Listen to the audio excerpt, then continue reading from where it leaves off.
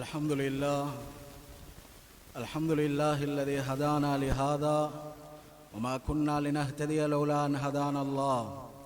الصلاة والسلام على رسول الله محمد بن عبد الله.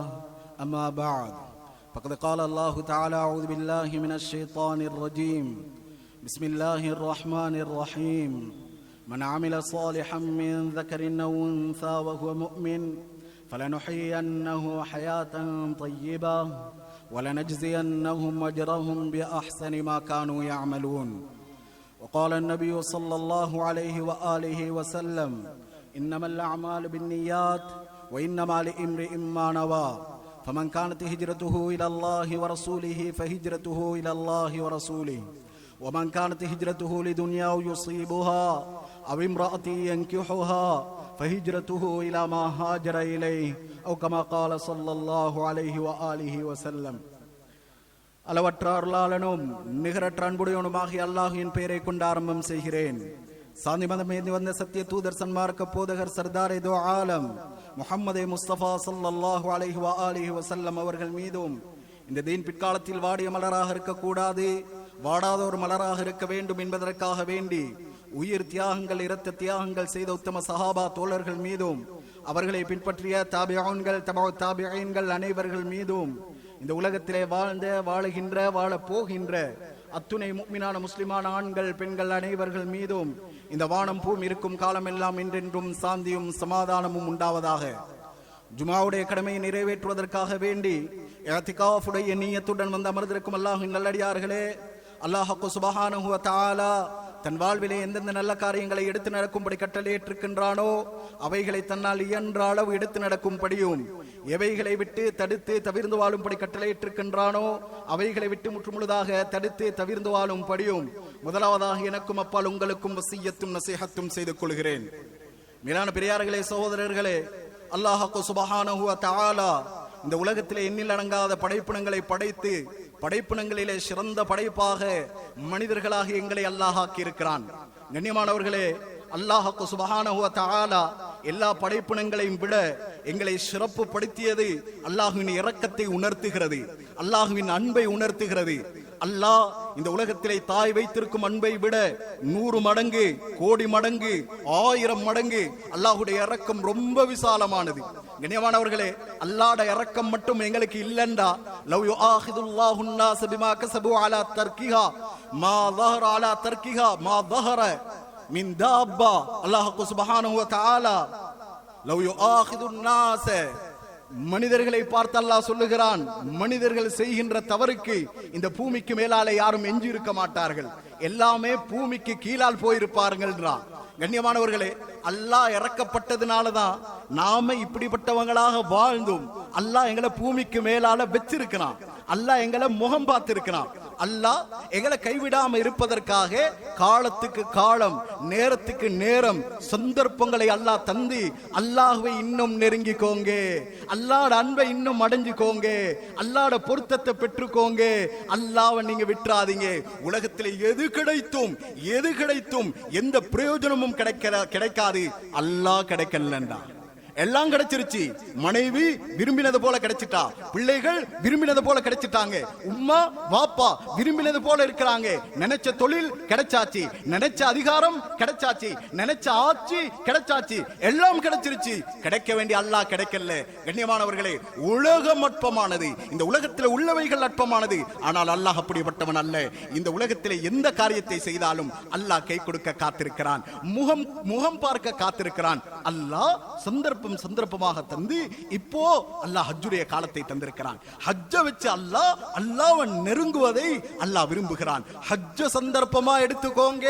யாருக்கெல்லாம் அல்லாஹ் வசதியை தந்தானோ, ஹஜ்ஜ இந்த வருஷம் முடிக்கலையா, வார வருடத்துக்குள்ளால ஹஜ்ஜுக்குண்டான நிய்யத்தை வைங்க, ஆசைப்படுங்க. அது யாருடைய வீடு? அல்லாஹ்வுடைய வீடு. அல்லாஹ்வுடைய வீட்டுக்கு அல்லாஹ் விரும்பினவர்களை தான் அல்லாஹ் எடுப்பான். எல்லாருக்கும் அல்லாஹ் கொடுக்க மாட்டான். ஹஜ்ஜு என் திறமையால போக முடியுமா? முடியாது. என்னுடைய ஆற்றலால முடியாது, என்னுடைய பணத்தால முடியாது, என்னுடைய சக்தியால முடியாது. அல்லாஹ்வால் மாத்திரம்தான் நம்மளை ஹஜ்ஜுக்கு கொண்டு போய் சேர்க்க முடியும். என்னுடைய உஸ்தாத் சொல்லுவார், நான் ஹஜ்ஜுக்கு போயிருந்தேன், மினாவிலே ஒருவரை சந்தித்தேன். அவரு ஒவ்வொரு வருடமும் ஹஜ்ஜுக்கு வந்து அங்கே இருக்கும் ஆடுகளை ஃபிதியா கொடுப்பாரு. அவருதான் ஆடுகளை யமனில் இருந்து கொண்டு வருபவர். அவரிடத்தில் கேட்டேன், எத்தனை வருஷமா நீங்க வாரீங்க? அவர் சொன்னாரு, கிட்டத்தட்ட 23 ஆண்டு காலங்களாக நான் ஹஜ்ஜுக்கு வந்து இந்த ஆடுகளை குர்பானி கொடுத்து கொண்டிருக்கிறேன். ஹஜ்ரத் சந்தோஷப்பட்டாராம், கேட்டாராம், 23 ஆண்டு காலங்களாக வாரீங்களே, எத்தனை ஹஜ்ஜுகள் வாழ்க்கையில முடிச்சிருப்பீங்க? அவர் சொன்னாராம், வாழ்க்கையில நான் ஒரு ஹஜ்ஜு கூட செஞ்சதில்லை.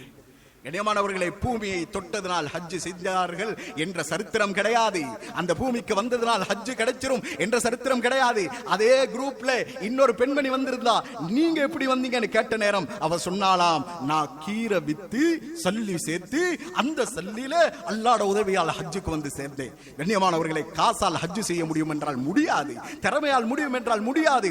ஆனால் ஹஜ்ஜு யாருக்கு கிடைச்சிருச்சோ கொடுத்து வச்சவங்க. ஹஜ்ஜி யாருக்கு கிடைச்சிருச்சோ பாக்கியசாலிங்க. அல்லாஹ் அங்கதான் அவனுடைய வீட்டை முதலாவதாக இந்த உலகத்திலே கட்டி இருக்கிறான். காபத்துல்லாஹ் இன்ன அவ்வல பைத் உதிஅ லின்னாஸ் லல்லதி பிபக்கத் முபாரகா. அல்லாஹ் இந்த முழு உலகத்தையும் படைத்து முதலாவது அல்லாஹ் கட்டிய கட்டிடம் காபத்துல்லாஹ். அங்கதான் அல்லாஹ் ஹஜ்ருல் அஸ்வத வச்சிருக்கிறான். சொன்னாங்க ரசூலுல்லாஹி ஸல்லல்லாஹு அலைஹி வஸல்லம், நஸலல் ஹஜ்ருல் அஸ்வத் மினல் ஜன்னah. சுவர்க்கத்தில் இருந்து இறக்கப்பட்ட ஒரு கல் என்றால் அது ஹஜ்ருல் அஸ்வத் கல் என்றாங்க. அந்த கல்லு பாலை விட வெண்மையாக இருந்தது. ஆனால் மனிதனுடைய பாவங்கள் அந்த கல்லை கருப்பாக மாற்றி விட்டதுன்னாங்க. அந்த ஹஜ்ருல் அஸ்வத் அல்லாஹ் காபத்துல்லாஹ்ல தான் வச்சிருக்கிறான். அங்கதான் சஃபா இருக்குது, மர்வா இருக்குது. இன்ன ஸஃபா வல் மர்வத மின் ஷாயிரில்லாஹ். அல்லாஹ்வுடைய அடையாள சின்னம்ன்றான் அல்லாஹ். யார விரும்புறாங்களோ, யார விரும்புறானோ அவங்கள தான் அங்க கொண்டு போய் சேர்ப்பான்.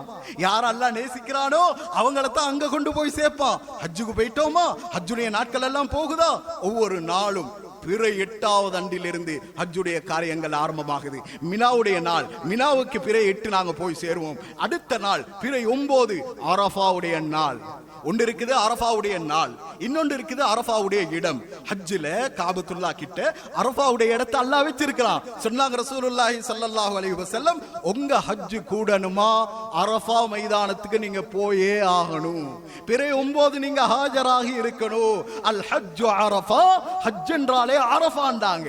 ஹஜ்ஜுக்கு போய் அரஃபாவுக்கு போகலையா அவர் ஹஜ்ஜு கூடாது. ஏண்டா அல்லாஹ் அதுக்கு லேசிப்பட்ட சிறப்பை வச்சில்லை. அந்த இடத்துக்கு பேரே அறிமுகமானவர்கள், அறிமுகமான இடம்.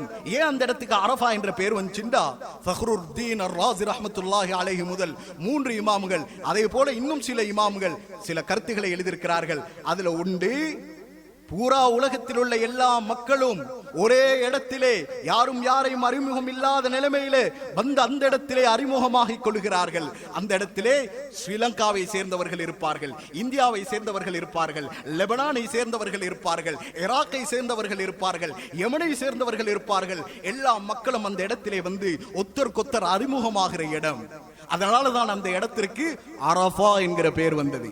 2வது காரணம் எழுதுறாங்க, ஹஜ்ரத் ஆதம் அலைஹிஸ்ஸலாம், ஹஜ்ரத் ஹவ்வா அலைஹிஸ்ஸலாம், இந்த 2 பேரையும் அல்லாஹ் படைச்சான். படைச்சு சொன்னா, யா ஆதம் உஸ்குன் அன்த வ ஜௌஜுகல் ஜன்னah ஃபகுலா மின்ஹா ரகதன் ஹைது ஷி'துமா வலா தக்ரபா ஹாதிஹி ஷஜரா.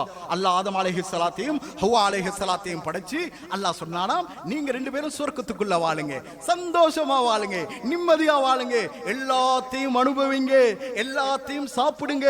ஆனா இந்த மரத்துக்கிட்ட நீங்க நெருங்கிறாதீங்க. நீங்க 2 பேரும் இந்த மரத்துக்கிட்ட மட்டும் நெருங்கிறாதீங்க. 2 பேருடைய உள்ளத்திலும் ஷைத்தான் ஊசலாட ஆரம்பித்தான். ஃபவஸ்வஸ லஹும் அஷ்-ஷைத்தான், அவன் உள்ளத்திலே ஊசலாட ஆரம்பித்தான். ஷைத்தான் அவர்களிடத்திலே வந்து சொன்னானாம், அவ் தகூனா மலக்கைனி அவ் தகூனா மினல் ஹாலிதீன், நீங்க 2 பேரும் சில நேரங்கள்ல மலாயிகாமார்களாக ஆகிருவீங்க. இந்த கனியை சாப்பிட்டா சுவர்க்கத்தில் நிரந்தரமாக இருப்பீங்க நானாம். இவங்க பார்த்தாங்களா, அப்படியே நல்ல விஷயம் உண்டு இல்லையா, செஞ்சு பார்ப்போமே. செஞ்சாங்க. அல்லாஹ் உடனடியாக அவர்களுடைய மேனியிலிருந்து ஆடையை அல்லாஹ் கலட்டினான். தஃப்சீருடைய உலமாக்கள் சொல்றாங்க, எங்க பாவம் நடக்குமோ அங்க மானங்கள் பகிரங்கமாக்கப்படும், அங்க மானங்கள் விற்கப்படும். வீட்டுல செஞ்ச பாவம் அல்லாஹ் ரோட்டுக்கு கொண்டு வந்து சேர்த்துருவான். ஆதம் அலைஹிஸ்ஸலாம் ஹவ்வா அலைஹிஸ்ஸலாம் அல்லாஹ் வேணான்னு சொன்னதை சாப்பிட்டாங்க. அல்லாஹ் சொர்க்கத்திலிருந்து உலகத்துக்கு அனுப்பிட்டான். 2 பேரும் உலகத்துக்கு வந்தாங்க. 40 வருடங்கள் அல்லது 80 வருடங்கள் ஒவ்வொரு மாதிரி வருகிறது ரிவாயத்துகளிலே. அழுத அழுகை. அல்லாஹ் அதற்கு பின்னால்தான் ஹஜரத் ஆதம் அலைஹிஸ்ஸலாத்தையும் ஹவ்வா அலைஹிஸ்ஸலாத்தையும் அல்லாஹ் சந்திக்க வைத்தான். அவர்கள் இருவரும் உலகத்திற்கு வந்து அறிமுகமாகிய ஒரு இடம் என்றால் அது அரஃபாவுடைய மைதானம். அதனால தான் அந்த இடத்திற்கு அரஃபா என்கிற பேர் வந்தது என்றாங்க. இதே மாதிரி ஹஜரத் இப்ராஹிம் அலைஹிஸ்ஸலாத்தை பார்த்து அல்லாஹ் சொன்னான், நீங்க காபத்துல்லாஹ் கட்டுங்க. இப்ராஹிம் அலைஹிஸ்ஸலாம் கட்டினாங்க. அங்க இருக்க வேண்டிய எல்லா கிருகைகளையும் ஜிப்ரீல் அலைஹிஸ்ஸலாம் மூலமாக ஹஜ்ரத் இப்ராஹிம் அலைஹிஸ்ஸலாத்துக்கு அல்லாஹ் அறிமுகப்படுத்தி கொடுத்தான். இப்ராஹிம் அலைஹிஸ்ஸலாம் எல்லாத்தையும் பார்த்தாங்க. பார்த்தெல்லாம் முடிந்ததற்கு பின்னாலே ஜிப்ரீல் அலைஹிஸ்ஸலாம் கேட்டாங்களா, அரஃப்த இந்த விஷயங்கள் எல்லாம் விளங்கிட்டீங்களா, சொல்லி தந்ததெல்லாம் விளங்கிட்டீங்களா? சொன்னாங்களா இப்ராஹிம் அலைஹிஸ்ஸலாம், அரஃப்து நான் விளங்கிக்கிட்டேன் என்று சொன்ன வார்த்தை தான் அரஃபாவாக அந்த இடத்திலே வைக்கப்பட்டிருக்கிறது. அரஃபா என்ற பூமி இருக்குது, பொக்கிஷமான பூமி சகோதரர்களே. அல்லாஹ் நம் அனைவருக்கும் அந்த பூமியில கால் வைக்கிற நசீப் அல்லாஹ் தருவானாக. அல்லாஹ் யார தேர்ந்தெடுக்கிறானோ, யார பொறக்கி எடுத்து அல்லாஹ் நேசிக்கிறானோ அந்த மனுஷனை கொண்டு போய் தான் அல்லாஹ் அந்த பூமியில கால பதிய வைப்பான். எல்லாருக்கும் ஏழாது, எல்லாருக்கும் முடியாது. அரஃபா மைதானம் எவ்வளவு சிறந்தது! ஒரு நாள் சுப்ஹானல்லாஹ் ஹஜ்ரத் ரசூலுல்லாஹி ஸல்லல்லாஹு அலைஹி வஸல்லம் அரஃபா மைதானத்தில் இருந்து கொண்டு சொல்றாங்க, பிலால் ரலியல்லாஹு அன்ஹு அவங்கள அழைச்சி, பிலாலே மக்கள் எல்லாம் சத்தம் போட்டு கொண்டிருக்கிறாங்க. அன்சித் லியன் நாஸ், மக்கள் எல்லாத்தையும் கொஞ்சம் எனக்காக அமைதி பெற சொல்லுங்க, மக்கள் எல்லாத்தையும் கொஞ்சம் மௌனமாக சொல்லுங்க. ஹஜ்ரத் பிலால் ரலியல்லாஹு அன்ஹு எழும்பினாங்க. மக்களை பார்த்து சொன்னாங்க, அன்சிது லி ரசூலில்லாஹி ஸல்லல்லாஹு அலைஹி வஸல்லம். ஹஜ்ரத் ரசூலுல்லாஹி ஸல்லல்லாஹு அலைஹி வஸல்லம் அவங்களுக்காக எல்லாரும் கொஞ்சம் அமைதியாக இருங்கண்டாங்க. எல்லாரும் அமைதியாகினாங்க, எல்லாம் அமைதியாகினாங்க. சொன்னாங்க ரசூலுல்லாஹி ஸல்லல்லாஹு அலைஹி வஸல்லம், உங்க எல்லாருக்கும் நான் ஒரு சுப செய்தி சொல்ல போறேன். இந்த நேரம் பார்த்து என்னிடத்திலே அதானி ஜிப்ரீல் அலைஹிஸ்ஸலாம் என்னிடத்துல வந்தாங்க. வந்து சொன்னாங்க, ஃபஅக்ரஅனி மின் ரப்பி அஸ்ஸலாம், என்ற ரப்பு எனக்கு சலாம் சொன்னதாக சொன்னாங்க. அல்லாஹ் எனக்கு சலாம் சொல்லி இருக்கிறான். பிறகு சொன்னாங்க, அல்லாஹ் இந்த அரஃபா மைதானத்திலே யாரெல்லாம் ஆஜராகிறாங்களோ, இந்த முஸ்தலிஃபாவிலே யாரெல்லாம் ஆஜராகிறாங்களோ அத்தனை பேரையும் பார்த்து ஒரு சுப செய்தி சொல்ல சொன்னானாம். அந்த சுப செய்தியை சொல்லுவதற்காகத்தான் உங்க எல்லாரையும் ஒன்று சேர சொன்னேன். என்ன தெரியுமா? கஃபரல்லாஹு லஹும். யாரெல்லாம் இந்த அரஃபா மைதானத்துக்கு வந்தாங்களோ அல்லாஹ் அத்துணை பேருடைய அத்துணை பாவங்களையும் மன்னிச்சிட்டானா. எல்லாருடைய பாவங்களும் மன்னிக்கப்பட்டு விட்டதாம். ஹஜ்ரத் உமர் இப்னு கத்தாப் ரலியல்லாஹு அன்ஹு, யா ரசூலல்லாஹ் ஸல்லல்லாஹு அலைஹி வஸல்லம், ஹாதா லனா ஹாஸுன், எங்களுக்கு மட்டுமா நாயகமே, அல்லாஹ் எங்களுக்கு மாத்திரமா இந்த பாக்கியத்தை தந்திருக்கிறான். சொன்னாங்க ரசூலுல்லாஹி ஸல்லல்லாஹு அலைஹி வஸல்லம், ஹாதா லகும் வலிமன் அத்தா பஅதகும் இலா யௌமில் கியாமா, உங்களுக்கு மட்டுமல்ல உங்களுக்கும் உங்களுக்கு பிறகு வருகின்ற கியாமத் நாள் வர்ற வரைக்கும் யாரெல்லாம் வாராங்களோ எல்லாரோட பாவங்களையும் அல்லாஹ் மன்னிச்சிருவானா.